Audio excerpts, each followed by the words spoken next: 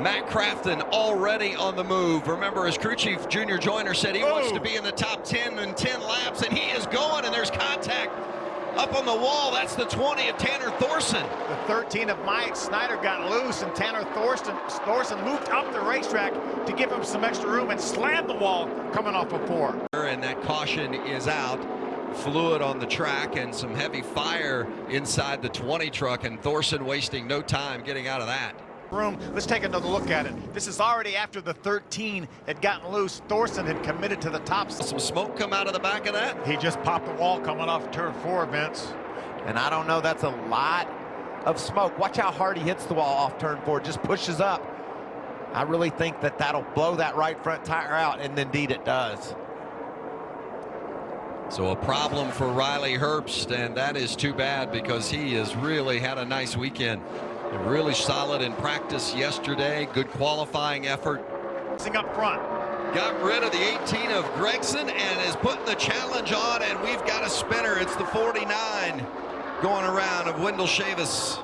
We may be able to stay green if he can get that truck refired. And he does, Phil.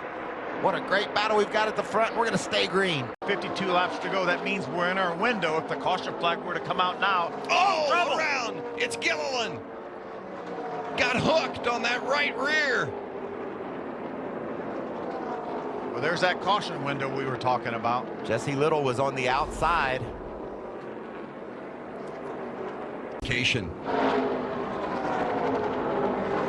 Looks like Jesse was just trying to follow the tire tracks of Friesen, and I'm not sure that Todd really knew he was there trying to get in that hole right behind Friesen. That certainly wasn't anything intentional. I think Jesse Little was just drafting behind Friesen. You can see there Gilliland came up just a bit, and fortunately for Little, he didn't get any more damage than he did, but unfortunately, I'll be glad to. From the fist of a legend rises a new action star, a hero who's so fearless, so rugged, he's tough as Chuck. You replaced me with a truck? Toyota. for him to be able to have the fresher tires. It's like Friesen just got loose there. He sure did. Underneath the 88, see the 98, that's when he got into the outside wall.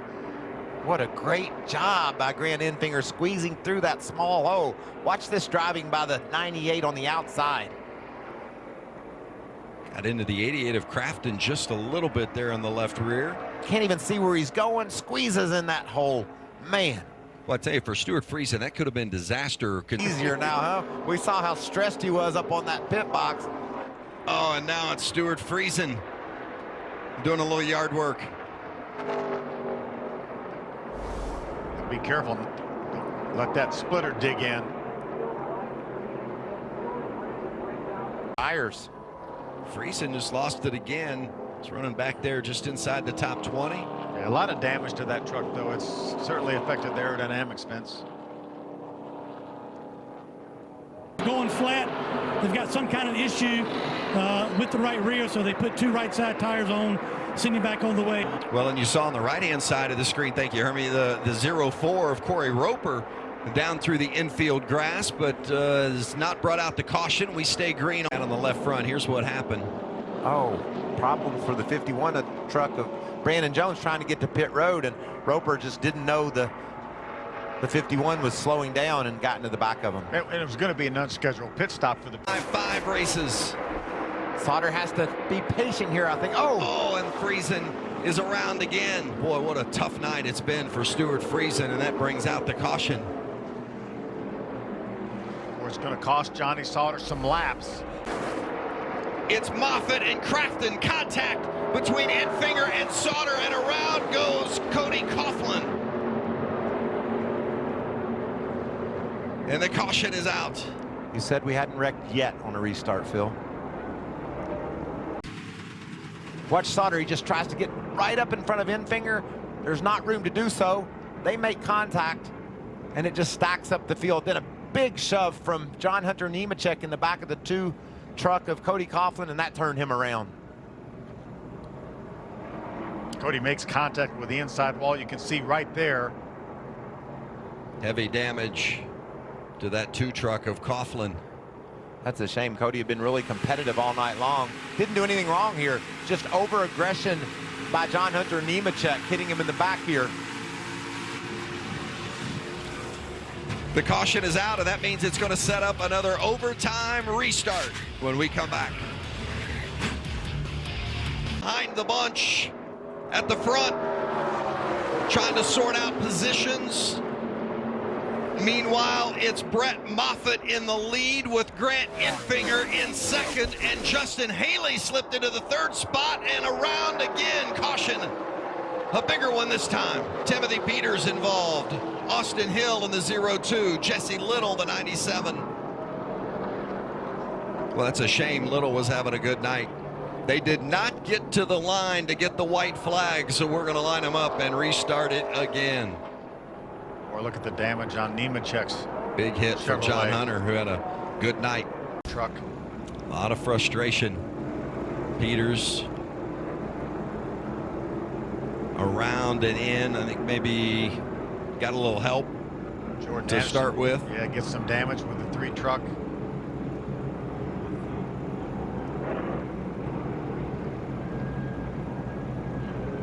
Look at Crafton squeezing inside of Rhodes, and there's Peters sideways. You can see the green lights right now. And there's the Caution yellow light. before the leader. Moffitt gets to the line, so it's the indicator that we're going to line up and have. Hey, point, Dave. He never made a lap in qualifying. Crow, wreck on the front straightaway. Sliding through the grass, the 5, that is Michael Annette. And Rick, that all started in the middle of 3 and 4 with Ryan Preece. We mentioned he had to start at the back of the whole entire field. He knows he has to go. The apron. So it starts right here. You see Ryan Preece on the outside of Michael Annette with a 39. Sieg slides up the racetrack. Preece doesn't want to get out of the gas, nor should he. So he tries to squeeze in here 3 wide, and you're going to see instantly the 5 with a big wiggle comes up the racetrack. No room to correct, makes contact with the 18. Preece, a great save to keep his car going straight, sends Michael Annette through the grass, and with the damage on the nose of this 5, I would assume his day's over. Yeah, right here, there's contact. And then, you know, without that grass, maybe the 5 car doesn't get damaged quite as badly. And one thing we're going to see when we go to Charlotte here in a few weeks, they've changed all that grass, and Charlotte is now battling. The 7 car is battling some handling issues. They were extremely loose early on. They were the Too hard into the wall now. in turn 4. One of those being Ryan Reed in the 16. And a lot of damage to the right front of that car. There's another car right there, the 2 of Matt Tifft. Saw him backed. He's headed the wrong direction right there up against the wall.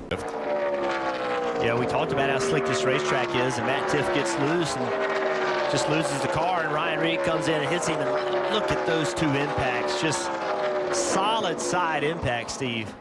Yeah, and that angle, you're going to see this 16 right here. It doesn't really get turned enough to hit with the front of the car that sometimes can crumple up and actually absorb some impact. That's right with the door.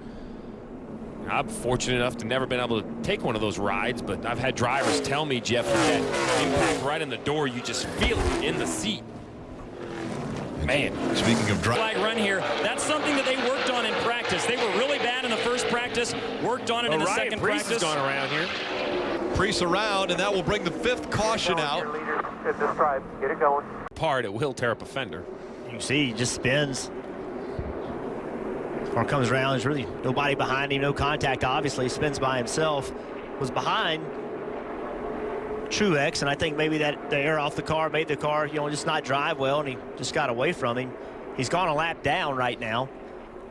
He had to go slow enough to on his race car all day long. This is his first time on a 1.5-mile track. Yes, he's been on a larger one, and trouble for Miller. And this is the issue that some would find themselves if they were a lap down on pit road. It's Timmy Hill. Excuse me, Vinnie Miller in the 01. He just spins out. We've seen that a couple times. It's unfortunate for the 21. I loved that he came to pit road early. Moves up the racetrack high in turn 2. Back down, they block. The 60 goes around. Briscoe hard into the wall.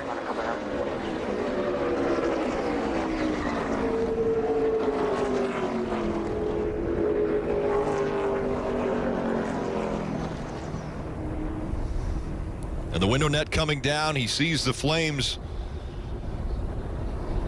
coming out in the engine, and Briscoe. So here you go. They're 3 wide. After restart, everybody's very aggressive. Contact with the 9 and the 20 in front of Briscoe, and just got into that curvature of the wall, the inside wall. Yeah, this is going to show you just how hard this impact was. Oh. That's something the tracks have to continue to look at. How can we get those curves out of the walls? You want to be able to have access for personnel, safety personnel, to quickly get to the drivers, but you can see that access point creates a bad point of impact. Safer barrier doing a great job, but it's just that angle of impact that's so bad. Think about that. All 4 tires once again off the ground on this about 3,500-pound race car.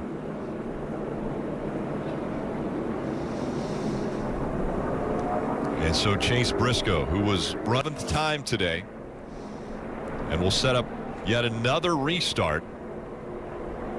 There's absolutely nothing he could have done differently there. Oh, gosh. Thankfully, the safer barriers were there to absorb some of that hit. But this is, once again, will remind you, such a dangerous sport. And you get accustomed to how fast the cars are going. Chastain now coming up on 12 laps to go from Vegas. I'm telling you, Allgaier is not happy with that move. He had the opportunity to get to the up into the wall. The 9 of Tyler Reddick. He slides back down. He'll catch the 3 of Shane Lee.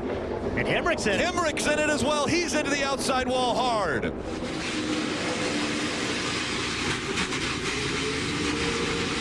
There were some big blocks thrown down the front stretch, and eventually it made contact, and around went the 9. Tyler Reddick right here, Brandon Jones right behind him, and look at the run Brandon Jones get. Tyler blocks one way, then comes up the racetrack, tries to block again, slight contact, and as soon as he hits one, now the deck lid's off the race car. He comes down, and then look at this back and collects the 21. Another hard hit. Richard Childers, 2 cars wreck in 1 corner. J.J. Yaley and 38 also involved.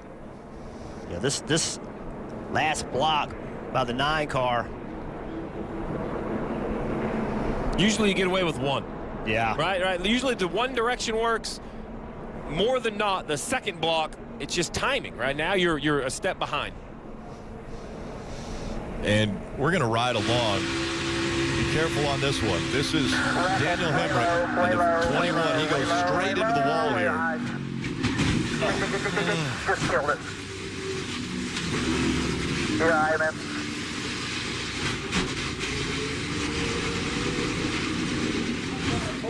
This is a battle for the 4th spot.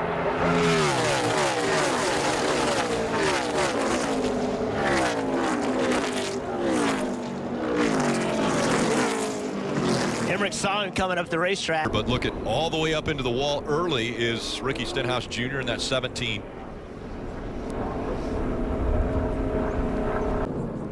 Coming down the front straightaway. Flat tire. Yeah, you forget the front stretch is curved until you have a flat tire and the car goes straight. Then you realize how much curve there is to that wall. And as it gets more rubber on this racetrack, track gets tighter. Guys got to adjust for that to keep the right front tire on the car. All eyes on Giants Cowboys. All eyes on Sunday Night Football. You can see it coming. Yes, we know what's wrong. And a wreck just happening. The 4 of Kevin Harvick up into the wall. The 20 nowhere to go. Got up underneath him. Big damage for 2 playoff contenders. And I saw Kevin Harvick. Gets in the back of the 4 here once he's in the fence. Oh, that's a sickening sound when that thing comes apart. It's like a bomb goes off in there. It scares you to death. And then here comes Eric Jones. Both of these guys, you said it, Rick, this is the first race of the playoffs, and Eric Jones does not have a whole lot of playoff points. Kevin Harvick does have some, but already before the end of the second stage in the first race, both of these guys have a lot of ground to make up. How fortunate for the 88 and the 48. They're in front of the 4 because he was coming up the racetrack straight regardless. Same unfortunate thing for the 20. Bad timing. And they had just gotten by him off of turn 2. He had all kinds of issue off turn 4. Then he went to turn 2. Already in the wall.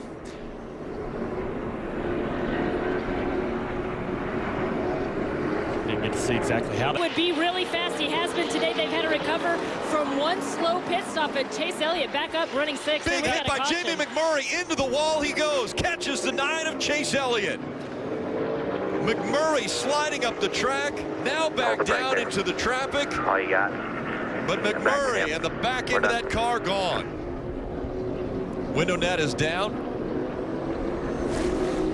And look at the damage to Chase Elliott. Here's the contact with the wall that Jamie was worried about. Pretty significant contact right there. Wow, man, that's a big hit. So, I'm assuming that cut the right rear tire. It's got a big tire rub now. You see some wisps of smoke out of the right rear. Now right here, look at this, to the bottom, and watch how quick this car turns around and up the racetrack. Chase Elliott just absolutely nowhere to go. Somebody sitting at home saying, why didn't he just turn left? Well, the cars don't turn that quickly. You cannot get it slowed down and turn left quick enough to avoid that. You can see how quick the one goes around from this shot. And there's Chase. He knows it's coming. There's just absolutely nothing he can do. Yeah, just like Eric Jones earlier today. The speed of these cars in the corner and the grip that this track, or the lack of the grip this track has, there's nothing you can do. And the more you try to slow down with the brakes, the less it'll turn. It's just sometimes there's nothing you can do, and that was the case with Chase Elliott. Clear of the 2 car. Now he's going to try to focus on the caution. Kyle Busch into the grass. He's coming here. Up, run that high line. It's a little dirty up there from the wreck we just had with the 9 car and the 1 car, and you see he just gets loose in the speedy dry. What he's really fortunate of is through this grass, not ripping the front splitter off the car. Very, very lucky, because that would have ended his day right there. I thought it was game over when he was aimed for the infield. We saw Mike Lynette in the Xfinity race tear the entire nose off. Listen for the right front blow. Lock her down, lock it down, lock it down, lock it down. He's locking right it down. There. That was when the right front blew. 2. Caution coming out. Denny Hamlin in the grass. That was coming off of turn 4. He does have playoff contender. He does have severe damage to that splitter. And he stops right in his pit stall. It'll be crazy. Entering turn 3 at the top. A lot like what we saw his teammate.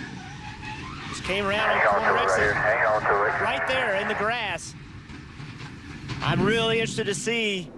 Watch this nose when the splitter digs in right there. Just destroys it. You know, a major advancement, I think, potentially coming to the sport at Charlotte Motor Speedway. They changed that. It's no more grass. Win his 3rd race in a row. Oh, we got another wreck on the backstretch. A car is spun inside wall. Heavy contact, Rick. Caution has come out once again, and it's the 17 of Ricky Stenhouse Jr. Stay with it here until they get to you. Kind of stacked up. Paul Menard's on new tires here, the 47. I don't know if the 17 just got loose. I can't tell if there was contact the first time. Definitely the second time. Yeah, it just looked like 17 got loose on the nose of that car. Oh, Allmendinger, I don't think really got into him. Yeah, Allmendinger didn't get into him to start it by any means. Big impact, though. Yeah. When I was watching it live, because that bright yellow 21 there at the bottom that just misses the accident. Rick, you mentioned new tires. He did put sticker tires on. Ricky Stenhouse hit so close to that opening again. Yeah, Chase Briscoe yesterday and diving into turn 3. Keselowski forging ahead of the 22. We got another crash. And they crash behind with the 34 into the wall, collecting the 41 of Kurt Busch. 2 more playoff drivers, the 41 and the 14, both involved. Got loose. Reagan and McDowell. Yeah, right there. Teammates. Yeah, and 41 right behind him. 41 looks good till right there. I'll tell you what's surprising. There it is right here. You see on the left side of the screen, Reagan just got up the racetrack and got into McDowell. That's what started it. Next week is Richmond. That's supposed to be a short track. As much carnage as we've seen here, this looks more like a short track race than what we would see in Richmond. It's a playoffs, Rick. Every year, Jeff, you and I have this conversation. What do we say? Man, I don't know. I mean, is this elimination format going to change the way they drive? Yes, it is absolutely going to change the way they drive. These guys take risks that I don't believe. My opinion is they don't make these risks in the regular season. I'm not even sure they're doing it conscious. I think it's just a subconscious reaction to the position they're putting in. These drivers, Dale, they are aggressive when the playoffs start. Since we've been in the booth at Chicago, it's been this way. Yeah. I mean, I don't remember the intensity being like this when I was in the race car, much less the first half of the season. But something's happened. These guys are putting it on the line. They're taking risks. You can hear Denny Hamlin in his interview after his accident how he's trying to do more than the car's capable of doing. Looks like a lot of guys are doing that.